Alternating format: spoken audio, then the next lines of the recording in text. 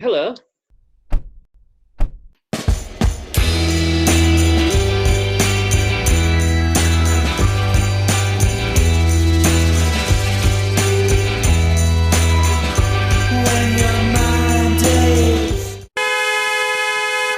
You were flashing books in my direction, including Quentin Tarantino. Oh, what a great book Cinema Speculation is. One of the best books about cinema I've ever read in my life. And I'm only 50 pages in. It's just absolutely superb. Kind of predicted that would be the case with him. If you were going to look forward to one voice talking about cinema from the last 30 years, more than anyone else, maybe Scorsese's up there as well, but I would have thought Tarantino's your man. It's entertaining, it's intelligent, it's very American, and it's he's so thoughtful about movies and he understands movies in his soul. The details, the technology, the technicalities, but the meaning, it's just fantastic. The only thing against it from the European and British critics' point of view is that it's mainly about American films, and he's very American in attitude. And you know what? The critics are like the serious critics in Britain and Europe. They Yeah. still sort of look slightly down on Hollywood, and he's got Hollywood in his soul. He's just it's an amazing piece of writing. I mean, I one can see that narrowness. I mean, I would have said that his filmmaking surely is quintessentially American, albeit we've seen Japanese influences very strongly in his work as well. But Did you you mean couldn't. quintessentially American? I do, because I think if you're looking, Graham, at what British movie making has influenced him, Mm, I'm not going to start making a list because I don't think it's a long one. mm. Well, John Boorman, great British film director, who's Yeah. a real veteran now. His last book about filmmaking is as good as Quentin Tarantino's, but obviously being English, it's Yeah. slightly different in style. But it's equally knowledgeable and insightful, and also very entertaining. But he I rates mean, John Boorman anyway. Tarantino mentions Boorman in his book, so Tarantino knows his stuff. Although he's really American, he understands other movie makers really well. does he? It isn't just a dissemination of his own work, obviously. Does it? I'm assuming it traces his initial love of cinema, why he was drawn to cinema, let's say, rather than for all the fact that he loves Yeah, music and he uses music so wonderfully in his films. Does he say what it was that yeah, he absolutely does drew in him in? detail. Mm, The book as a whole is one chapter devoted to each film, and each the films are from the late 60s throughout the 70s, mainly American movies. But it yeah. starts off with opening chapters about his childhood and where his Mm, love of film developed. And his mm. story of his childhood is like a Quentin Tarantino movie, except without the violence, obviously. Yes. You can totally understand where Tarantino's coming from if you read the first chapter about his early life Mm, as a child and his life with his parents without a father and being brought up by so and so and being mm, befriended by his mum's new boyfriend, stroke partners who took him to the cinema age 6. So yeah. he was seeing all these weird and wonderful and classic new Hollywood American movies in the 70s when he was only 10 in 12. So, it seems to me that movies was his great escape from the Yes. from the traumas of childhood. So it's deeply ingrained within him. He Mm, understands cinema from a very young age. mm. It's an amazing So book. the title, just give us the title again, Graham. Cinema speculation, And what and do he you does. what do you speculate on speculation? What does he mean by speculation? It's all his thoughts on each film he's talking about, Mm, which goes deeply across different range of topics within that film and the making of the film. And it's really about how films are made, then why they're good and what they mean. And his understanding is so deep at every level of the film and how the film is made. He's clearly done extra research to get the mm. history totally right as well. It's a marvelous piece of work. It's if you think of Bob Dylan's Chronicles That, autobiography. I was exactly going to ask you, Graham. Was this Mm. the cinema equivalent of what Bob Dylan has done? Yeah, it is, and so far it's even better than Dylan's book. And Mm, Dylan's Chronicles was a very good book. mm, mm. It's a film. I mean, if one looks back, the most uh, impactful late 20th century filmmakers, he would have to be right up there, wouldn't he? The particularly. I know it's a cliche to say the early ones, but those first few films absolutely rocked the cinema world, didn't they? Oh yeah, it was like a cult. It was like a Mm. revolution. It was like Yeah, a cult. yeah, It was like yes. Beatlemania. It was like a new rock and roll Mm, star turned up, mm, and and got to number one really quickly. But Mm, when he first brought out Reservoir Dogs and then Pulp Fiction in quick succession, mm. I remember, you'll remember as well, being at Edinburgh Film Festival. Yes. And all the buzzword was about Tarantino, and he wasn't even Yeah. there.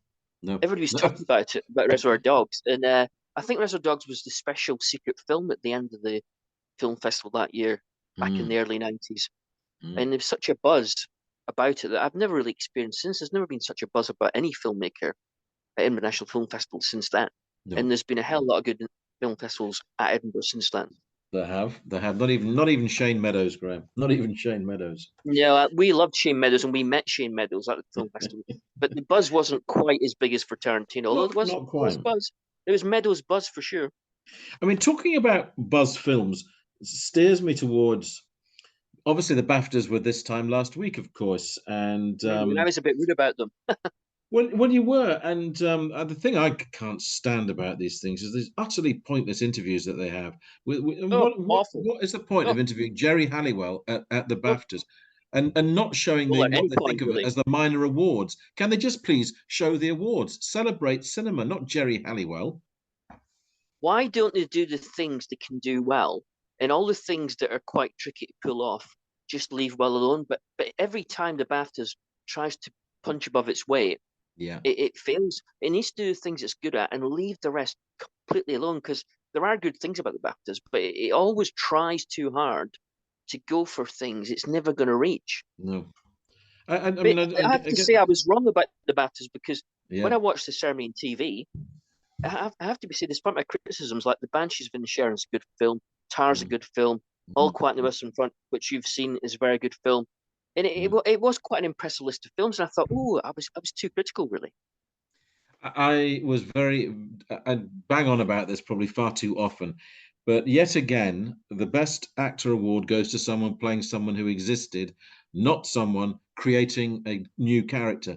The look of Yeah, disappointment Colin Farrell's face said outrageous. everything. I thought it was an outrageous award. I mean, I Austin mean, Butler. he Yeah, Austin yeah, is still impersonating. He's still impersonating yeah, Elvis yeah, yeah. Presley.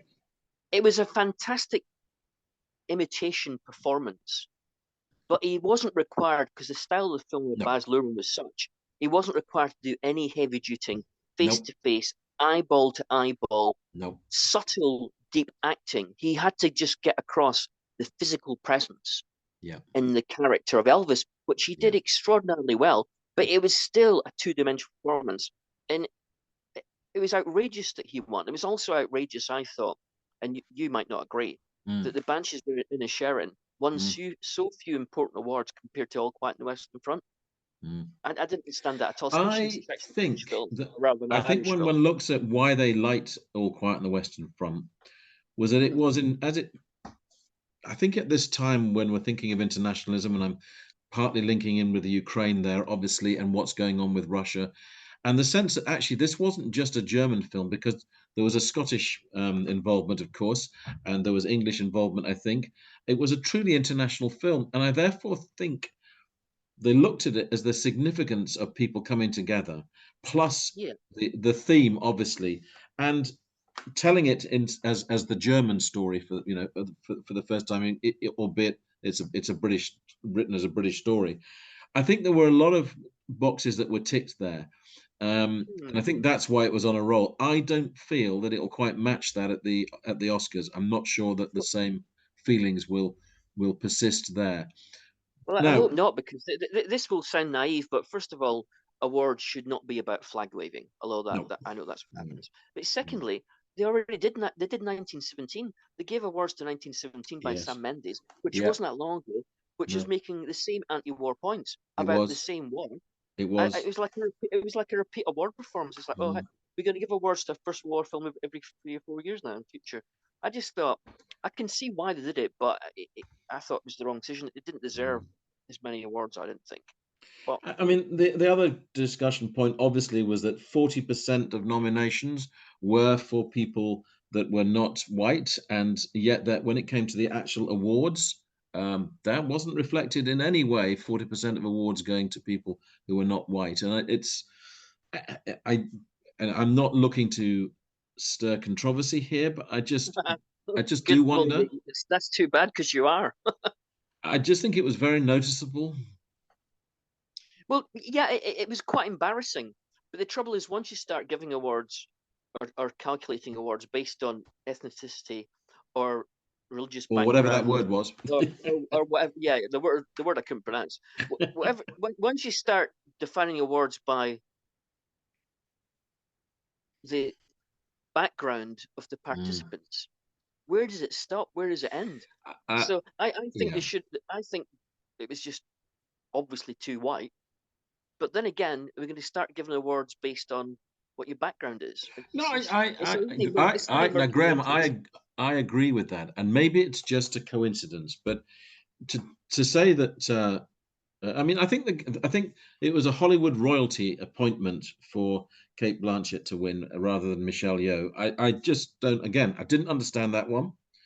Um, yes, it was a fine performance, but the most original piece of acting that we saw last year was definitely Michelle Yeoh, that's not saying, I'm not doing it on a color judgment at all. That's not what I'm saying here. Mm, mm, But mm, mm. nevertheless, I thought again, oh, here we go, another award that actually is too damn obvious.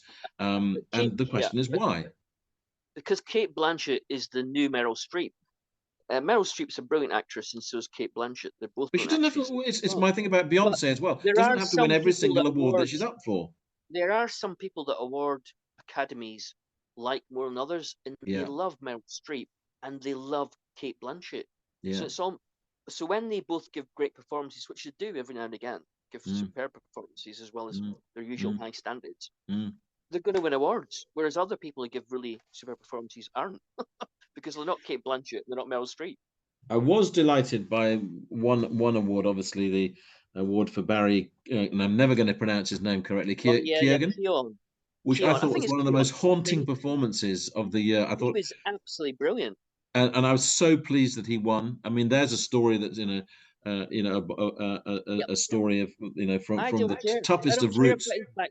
I don't care about No, his I know, backstory. no, I know I, that, Graham. when you know, Maybe can, not a fact, maybe not a factor, but nevertheless, no, he drew attention to it in his speech, and I think yeah, no, that's the only reason I mentioned, because he actually made an absolute point about anyone young from any situation can do it, and there was a great, and I love the fact that he wore red rather than black. Everything there, was just there was, and that was the most haunting performance of I saw this year on this last year on screen, and that is, I think, where that's the kind of award that I like to see, something from nowhere performing like that, and that's what was to be celebrated. I And mean, equally, as I yeah, say, when it's it a comes to great something like performance. Michelle Yeoh doing a performance Yeah, that surprises and is extraordinary, Kate Blanchett performance didn't surprise. She just confirmed how good she is. Michelle Yeoh did exactly. something unexpected. Let's just have awards that kind of think a little bit more in those terms. I'd like to have awards where the people receiving the awards talk about cinema rather than some Yeah. cause. No matter how good the cause is, at the end of the Yes, day, it's cinema awards for cinema. And it is. because I care about cinema, I like to see them talk about cinema, but you can't Yeah. do that anymore because everything's now so political that everything becomes politics. Anyway, let's move on to the Oscars because I've got an interesting point to make about them. Right. Fire away on Oscars, Graham. Well, first of all, a lot of the films we nominated made virtually no money, which is very Including All interesting. Quiet on the Western Front. Yeah. Yeah. Exactly, yeah. The only films that have been nominated for a few awards for the Oscars that made money were Elvis, which is supposedly made 287 million worldwide profits. Top That is Gun. profits. Not, Top Gun. yeah. That's made money. Top Gun Maverick has made 1.5 billion profits. Oh, 1.5 billion. Avatar, The Way of Water, has made 2 billion profits in terms of dollars. gosh. Everything Everywhere All at Once is the Yeah. only other big contender in terms Yeah. of making profits. It's made $106 million profits. That's profit. But everything else that we like, Yeah. the Banshees of Inisherin has made profits of 41 million, which isn't great. And Tar, After Sun. Tar, I can't remember that, even less. Yeah. Tar's made 13 million profit. Yeah. Tar, Yeah. which is a good film.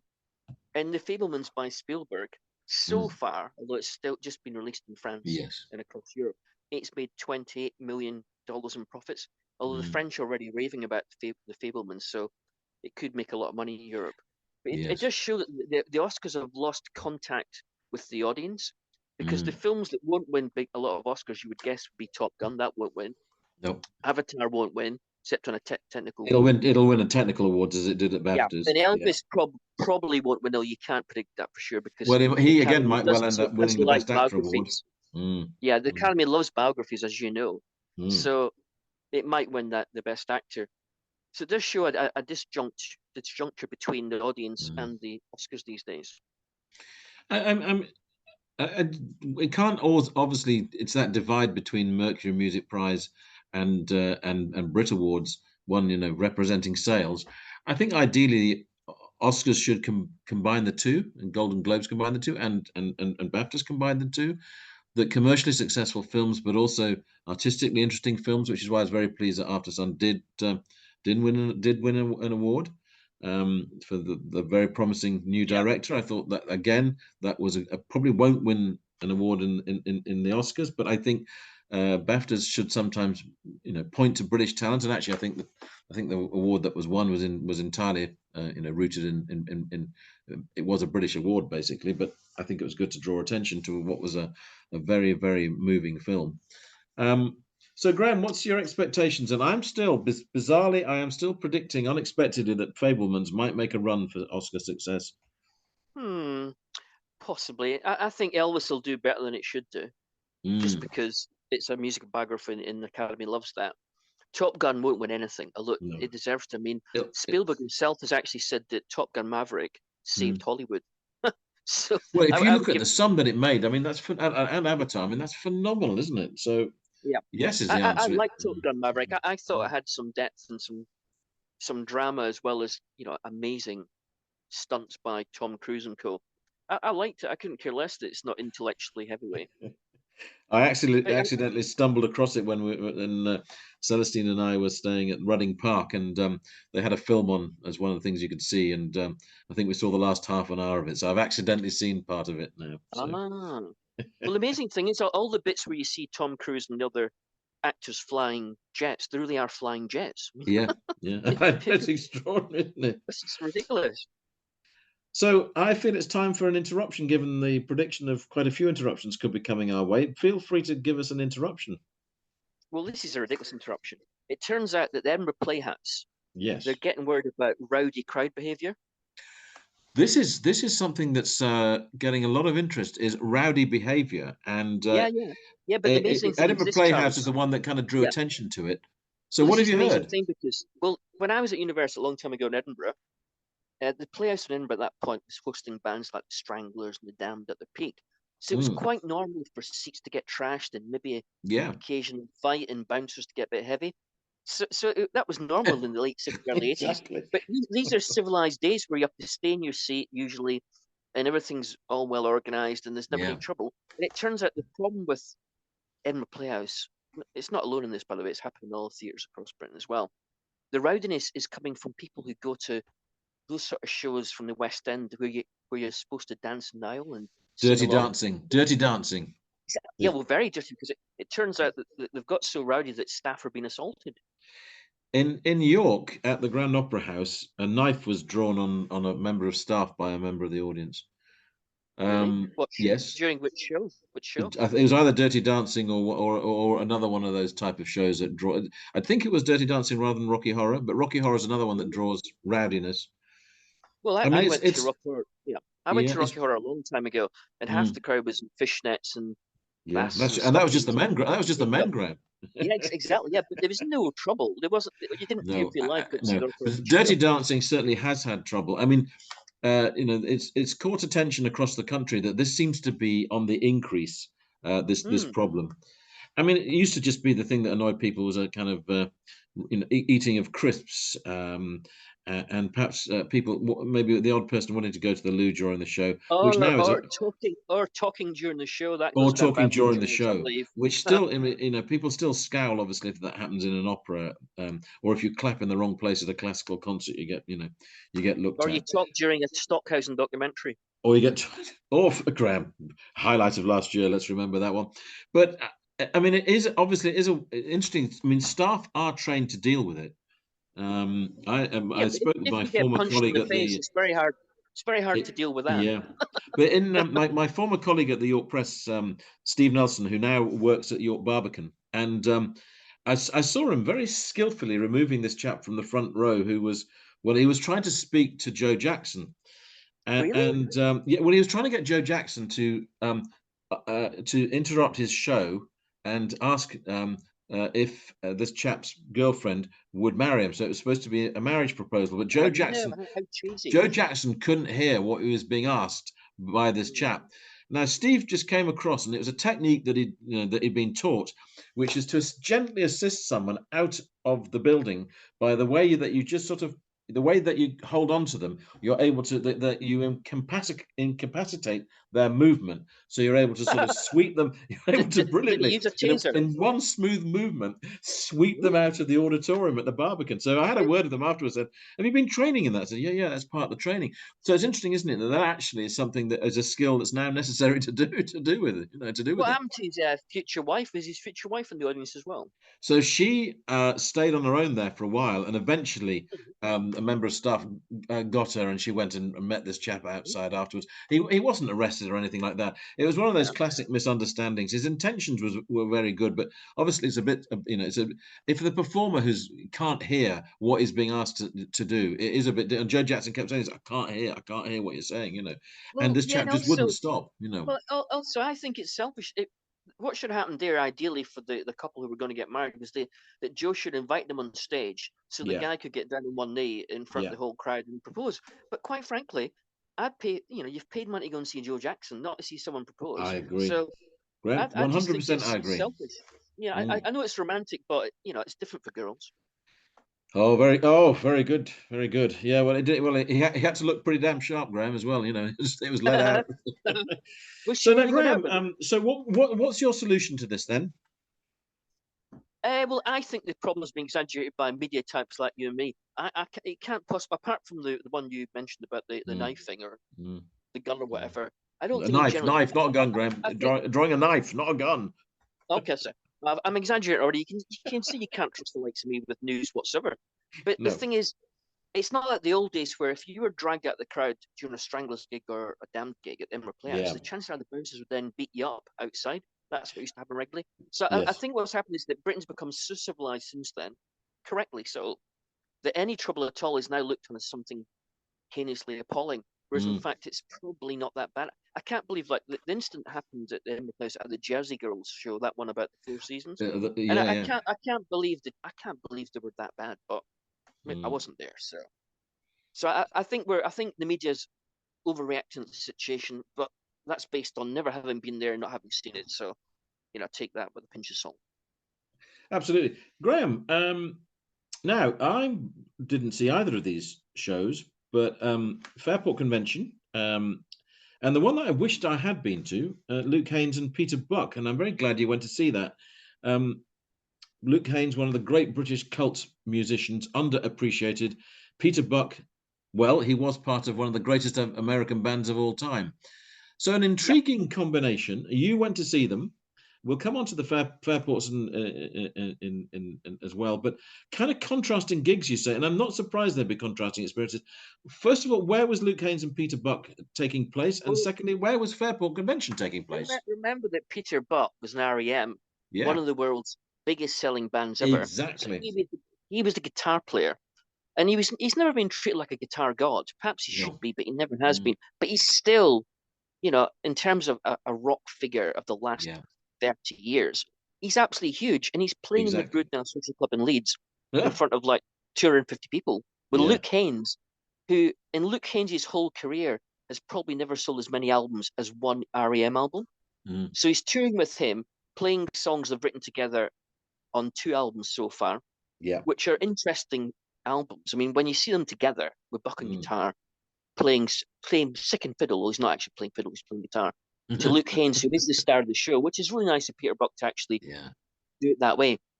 Well, the band is a bit like sort of like a scuzzy but brilliant street band from New York, sort of like Mm. Sonic Youth with more hooks. And Luke Haynes is acting like the 1960s and 70s British sci-fi writer, the countercultural figure Michael Moorcock, Oh, yes, except a yes. fool like Michael Moorcock. So it's Mm. like you got Michael Moorcock lyrics on top of a sort of like sub-tuneful Sonic Youth background with Peter Buck playing guitar. So it makes it a really interesting gig. Mm. And Mm. it's really amazing to see Peter Buck up that close because I was probably about 10 foot from him. So I was watching his guitar playing the whole gig. And he's truly amazing because he takes sort of like your traditional rock power chords Mm. and through sheer subtlety and manipulation of effects pedals and really interesting figure playing Mm. technique, Mm. he gets a sort of art rock subtle effect Mm. out of quite traditional chords. And I really respected him more by seeing his work up close than when I saw him with REM, when they were still together. I Milton really Keynes, got wasn't it? more With sense of Milton what it's Keynes. about. Yeah. Mm. But Luke Haines was at first he was a bit of a prima donna. He kept on wanting the sound levels changed by the sound engineer, and he kept on Mm. stopping to like have things changed. And at one point, he was complaining again about whether it was any good, sounded any good. So I shouted out, "Sounds good to me." And he went, "Sounds good to me. Okay, let's keep going." So I managed to get a positive heckle in. Yeah, it's so. By contrast, Graham, Fairport Convention been around for a long time. Oh, Of course, you did your yeah, recent interview with Simon Nicol, and Nicole, the founder so member, they were playing. I think Harrogate from memory, weren't they playing Royal Harrogate? Hall. They were at the Royal Hall. Royal So Hall. so a contrasting place, very much where you'd expect them to be. Average age 73. They had so much experience between the five, six members of the band, so much Yeah, experience. They made Luke being great musically look utterly effortless. yeah. And they were also very charming, witty, good-natured individuals Mm, right across the board. It was, I've never been a huge Fairport Convention fan, partly through no, ignorance rather than just bad taste on my part. But they yeah. were absolutely stupendous to watch. But I had, by sheer good fortune, when I went Mm. at the interview to the bar and I spotted Peter Brewis of Field Music, that fantastic art rock band from Sunderland. Famous from your birthday, Graham. Yes. Yes, so I wandered up to below, I say hello to Peter Brewis, and he was with Mm. two other guys. One was sort of slim with dark hair, one Yeah. was older. And I'm chatting away to Peter, which is always really enjoyable. He's a really nice guy. He's always Yeah. been really talented. And he's saying, like, what are you doing here, Graham? I said, well, I'm not the world's biggest Fairport Convention fan. I've only got Legion Leaf album. But, Mm. they're legends. I thought I'd better see them. Mm. And the guy who was standing talking to him next to me was Dave Mattox, the drummer, who'd just come off stage, which I hadn't realised because I've never seen in my life. And the guy on the other side, who was younger with dark hair, was Paul Smith of Maximo Park. Who's just made an album with Graham? I actually don't know. Who has he? So Rachel Unthank of the Unthanks. Oh So yeah, oh yeah, yeah. so they've just made an album together, and which I can't wait to get. I think interesting fun when musicians from differing backgrounds, but they're both from the Northeast, Yeah, come together and look at doing. I mean, the Unthanks are always looking to take music way beyond conventional boundaries of folk, and that's why they're such a wonderful, wonderful group to keep up with, because they're always evolving, and that's another level now, obviously with Paul Smith from Maximo Park involved. But you didn't recognise him either, I take it, Graham. I knew it was him, but I wasn't 100% certain because I've never met him. Last time I saw Maxwell Park was supporting LCD Sound System at Yeah, the Cup in Leeds in 2005 when they yeah, were very good, and that was the days when the Cockpit was a great, great venue before it was closed yes, down altogether. But I exactly. didn't recognize David Mattis because I've never met him before. So How badly did that go then, Graham? he didn't look totally well chuffed at me saying that, although at the time I didn't know who he was. So when I met him again briefly at the end of the gig, Yeah. and I said how brilliant they were. Will that Mm. covered my embarrassment? I don't know, but I tried my best to make up for that slight faux pas. So that's But who would have thought being two members yeah, of Fairport Convention you have managed to somehow not get it right with. it's my talent. It is my talent. It is But who it's would a remarkable gift. Now, Graham, we've yeah. got 2 minutes left. So, of your Oh potential yeah.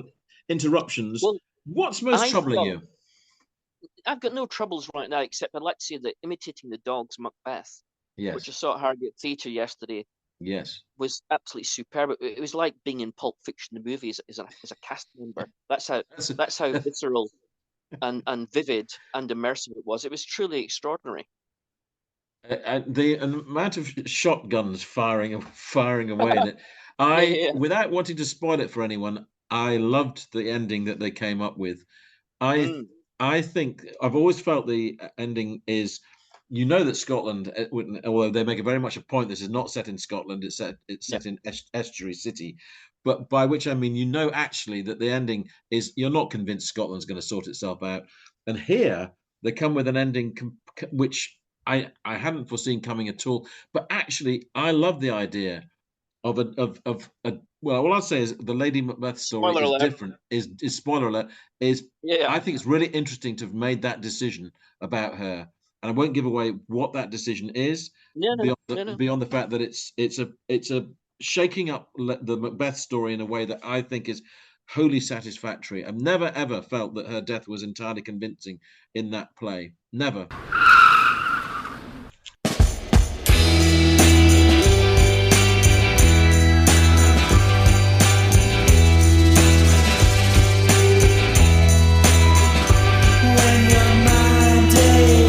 You've been listening to the podcast Two Big Egos in a Small Car. Your hosts were Graham Chalmers and Charles Hutchinson. This was a Baltic Sub production.